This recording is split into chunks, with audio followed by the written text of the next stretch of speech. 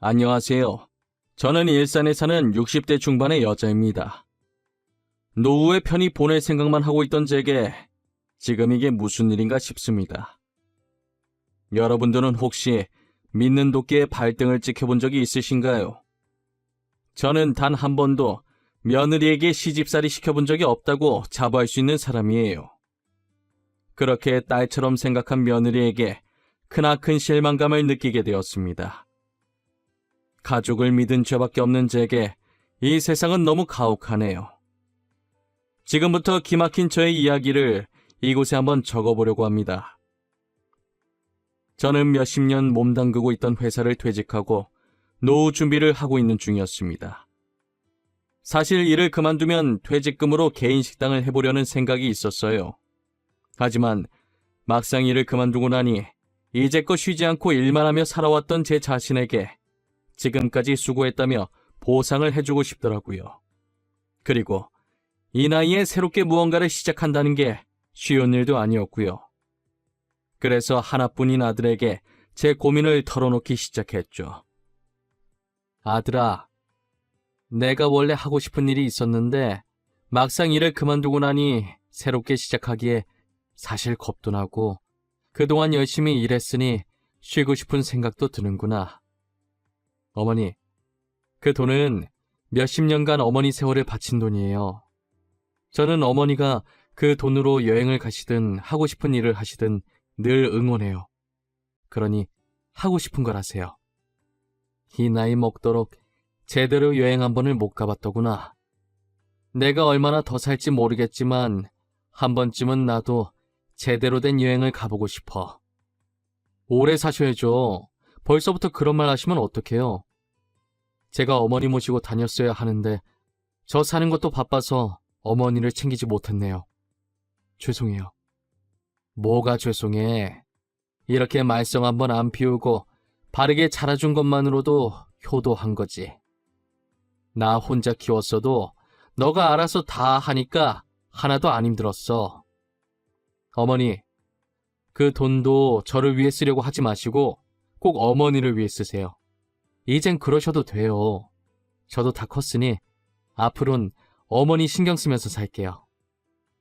아들은 제게 아무 생각하지 말고 퇴직금으로 지금 당장 하고 싶은 것을 하라고 하더라고요. 제가 무슨 선택을 하든 늘 옆에서 응원한다면서요. 저는 죽을 때 이 돈을 가지고 갈 것도 아니니 그냥 그동안 못 갔던 여행이나 실컷 떠나보자고 마음먹었어요. 부푼 마음으로 어떤 곳으로 가면 좋을지 이곳저곳 알아보고 있었어요. 아들도 제가 보기 편하게 여러 가지 관광지 사진들을 정리해서 보내주더라고요. 아들이 보내준 사진들을 확인하던 도중에 저희 집 벨이 울리더라고요. 이 시간에 올 사람이 없는데 혹시나 택배 올 게 있나 싶어서 문을 열어보니 며느리가 앞에 서 있었어요. 연락도 없이 온 며느리를 보고 당황했지만 일단 집 안으로 들어오라고 했죠. 그런데 제가 퇴직금 받았다는 걸 어떻게 알았는지 며느리가 소파에 앉자마자 다짜고짜 제 퇴직금 얘기부터 하더라고요.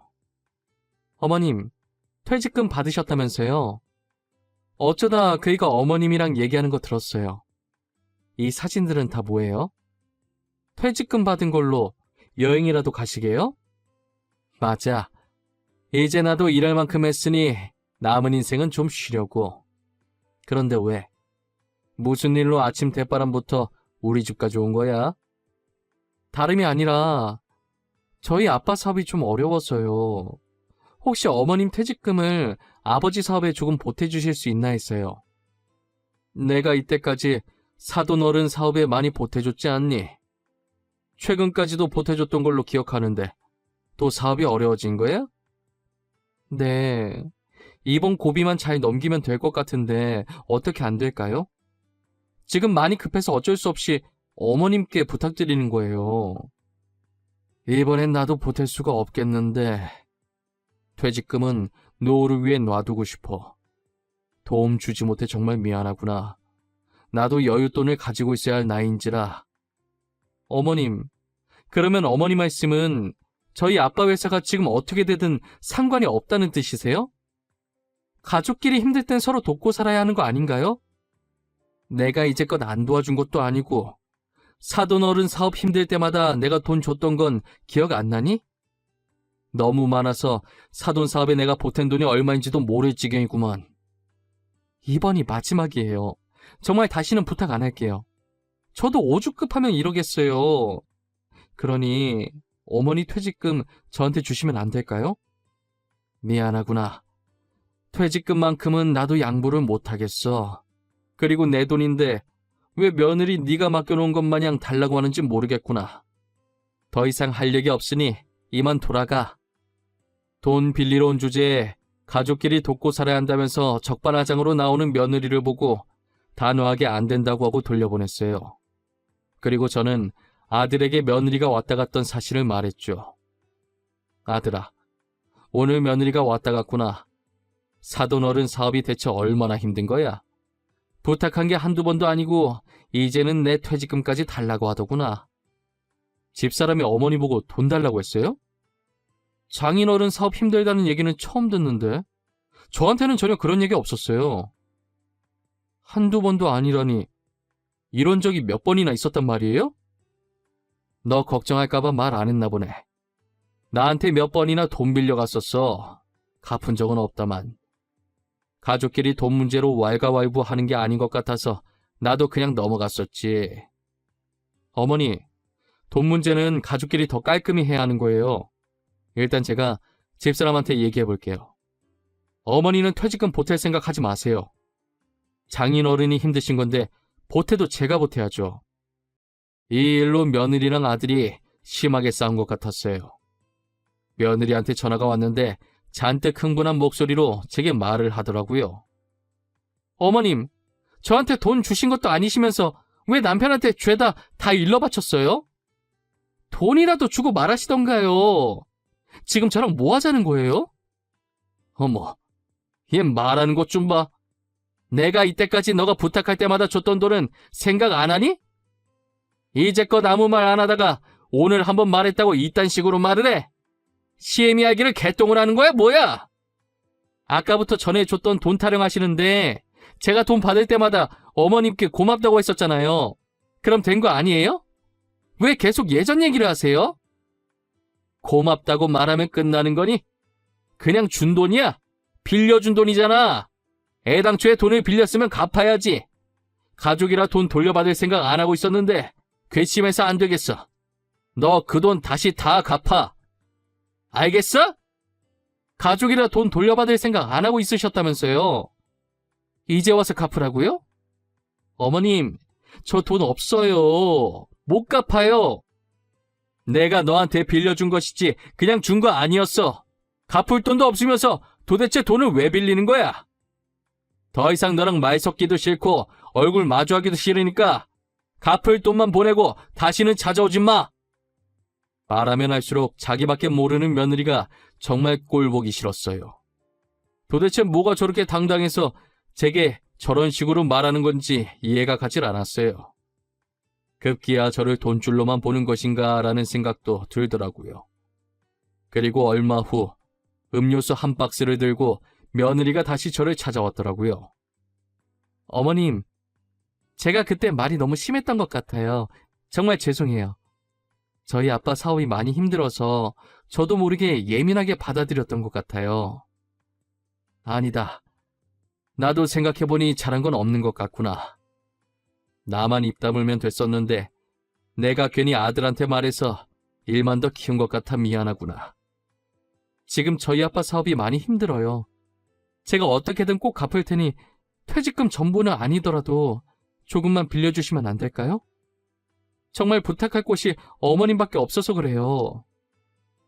나는 더 이상 갚는다는 말 안 믿어. 매번 그렇게 빌리고 갚은 적이 단 한 번도 없지 않니?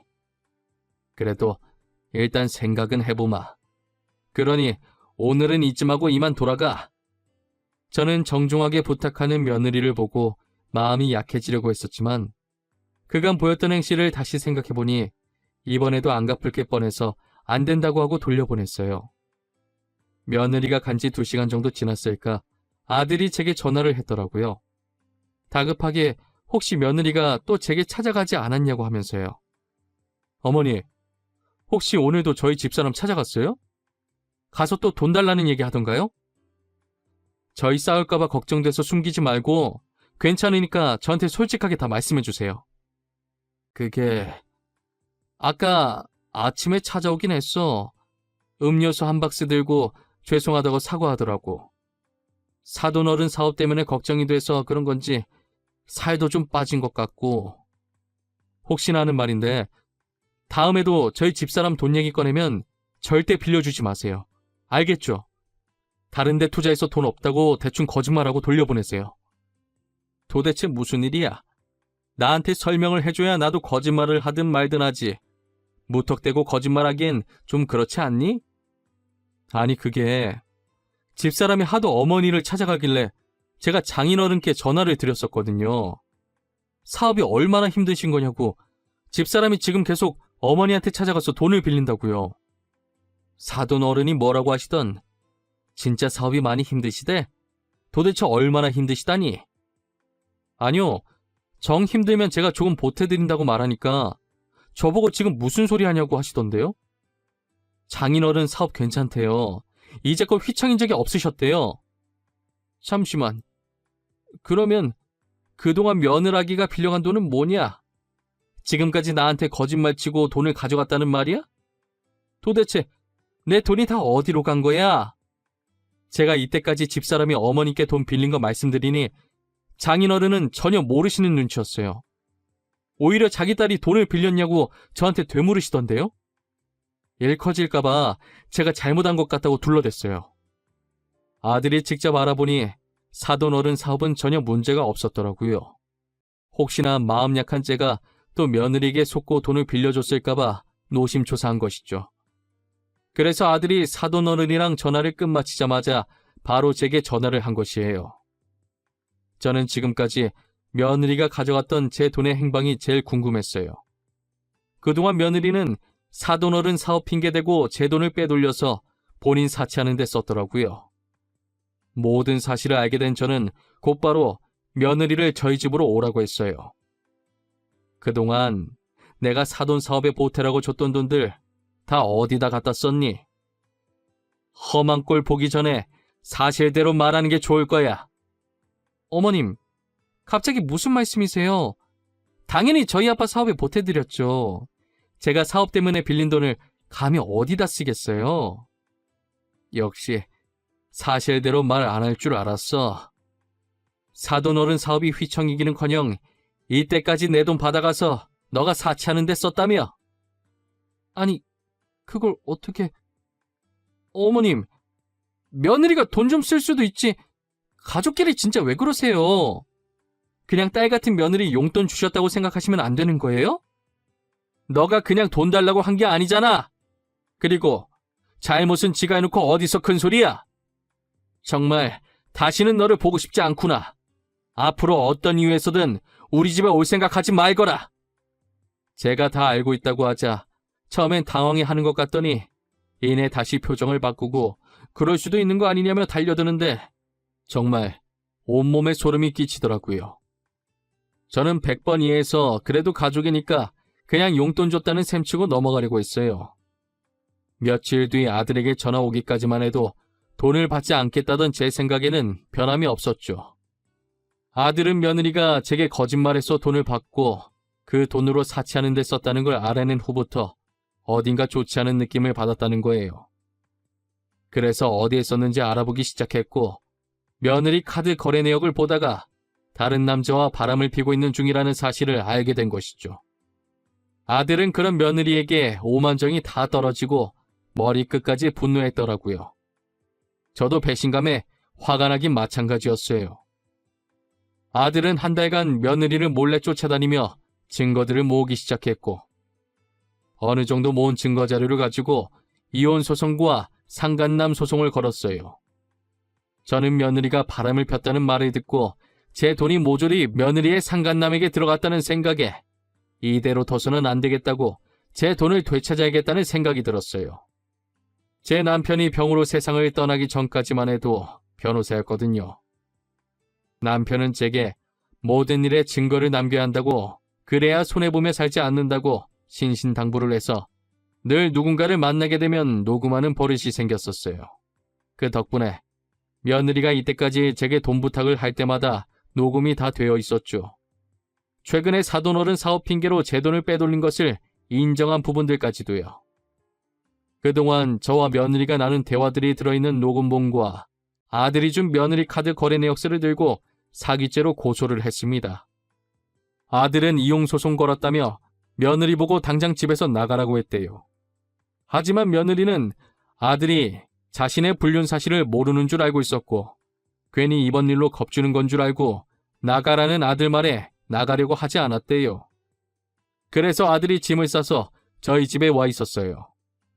드디어 고소장을 받은 것인지 며느리가 저와 아들에게 고소 취하해달라고 빌기 시작하더라고요. 어머님, 오빠, 내가 잘못했어. 나 그 사람이랑 정리했어. 다시는 안 그럴게. 어? 어머님, 돈도 제가 어떻게든 꼭 갚을게요. 그러니까 제발 고소만 취하해주세요. 내가 분명 다시는 우리 집 찾아오지 말라고 했을 텐데 내 말이 말 같지 않은 거니? 당장 내 돈 내놓을 거 아니면 절대 취하 못하니까 그런 줄 알아. 오빠, 그럼 이혼 소송만이라도 취하해줘. 나 바람 피운 거 우리 아빠가 알면 안 돼. 그러니까 제발 사람 한 명 살리는 셈 치고 한 번만 봐줘. 부탁할게. 내가 진짜 잘못했어.